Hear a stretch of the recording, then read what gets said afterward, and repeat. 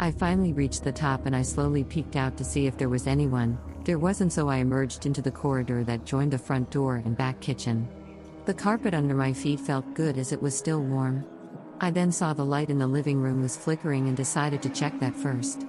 Still, there were no sounds in the house. It was all quiet and I was really getting scared. The blinking of Christmas lights were still on at this time and the red and green lights were coating the walls. As I reached the opening of the living room, I froze. My mind did not understand what I was looking at for a moment. The couple who were foster us were sitting on their sofas, but they were missing their heads, or it was like headless dolls on the sofa. There was blood all over the floor. I wanted to scream, but I was frozen. My numbed mind could not figure out what to do as I stared at the headless bodies in front of me. Where were their heads? Where is Alicia? I took a step forward and it landed on a sticky floor. I looked down and it was blood. I jerked backwards and almost fell, but managed to save myself by grabbing the side of the opening.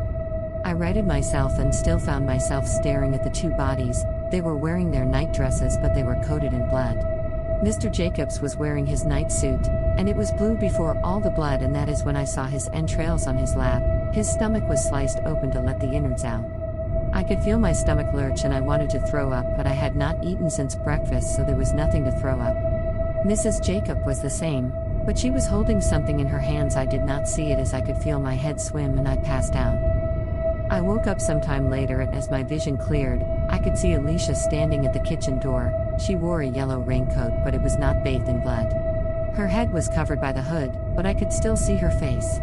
There was something in her eyes, a dark void that consumed my very soul. I tried to call out for her, but she just stood there with a knife in her right hand. I looked at the knife and it was still dripping with blood, and her jeans were also caked with it. I tried to get up and run, but my body felt it was made of lead and I could not move fast enough. I looked down to legs and see what was happening to them, and then looked up. Alicia was gone and I was alone again. I finally managed to get up and bolt for the front door. I looked at the bodies on the sofas before running and could feel the nausea return, and closed my eyes and ran to the door. I opened the door and ran into the cold night and to the neighbors. What happened after was a blur. The neighbors, then the police, all of it was just like swimming through a swamp in my mind. All I remembered was that Alicia was holding a knife, and in the other hand was a string necklace, but instead of beads it held fingers, bloody fingers. Subscribe for more stories.